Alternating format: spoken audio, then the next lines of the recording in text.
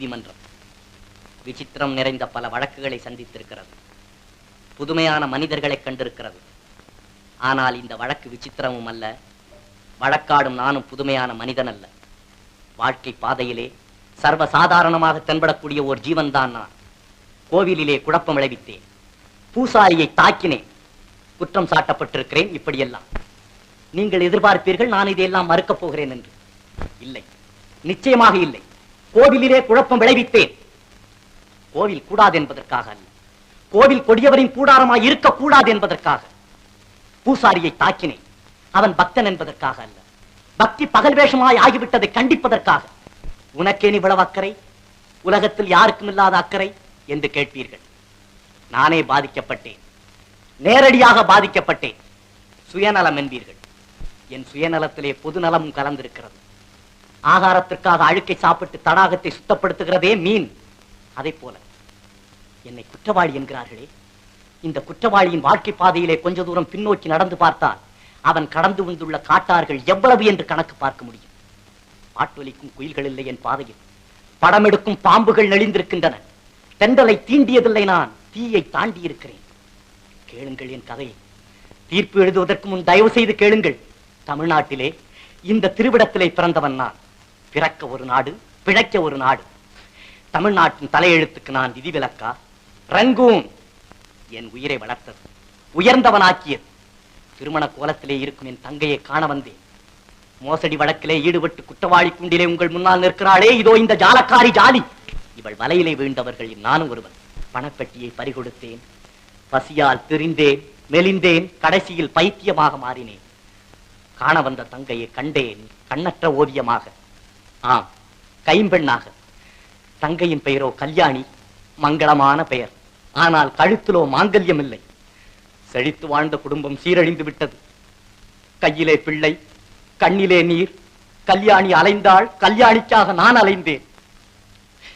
கல்யாணிக்கு கருணை காட்டினார்கள் பலர். அவர்களிலே காளையர் சிலர் கைமாறாக அவள் காதலை கேட்டனர். கொலை வழக்கிலே சம்பந்தப்பட்டு கைதியாக நிற்கிறானே, இதோ இந்த கொடியவன் வேணு. இவன் பகட்டால் மயக்க முயன்றான் என் தங்கை. நான் தடுத்தாவிட்டால் என் தங்கை அப்போதே தற்கொலை செய்து கொண்டிருப்பாள். கடவுள் பக்தர்களும் கல்யாணியை காப்பாற்ற வந்தார்கள். பிரதிபகாரமாக அவள் கடைக்கண் பார்வையை கேட்டு. அவர்களிலே தலைமையானவன் இதோ இந்த பூசாரி. கல்யாணியின் கற்பை காணிக்கையாக கேட்டிருக்கிறான். பராசக்தியின் பெயரால், உலக மாதாவின் பெயரால். கல்யாணி உலகத்தில் புழுவாக துடித்தபடியாவது உயிரோடு இருந்திருப்பாள். அவளை தற்கொலை செய்து கொள்ள தூண்டியது இந்த பூசாரிதான். தன் குழந்தையை இந்த இரக்கமற்ற உலகத்திலே விட்டு செல்ல அவள் விரும்பவில்லை. ஆதரவிட்டு தன் குழந்தை துடித்து சாவதை அவள் விரும்பவில்லை. அவளை கொண்டு விட்டாள். விருப்பமானவர்களை கொல்வது விந்தை அல்ல.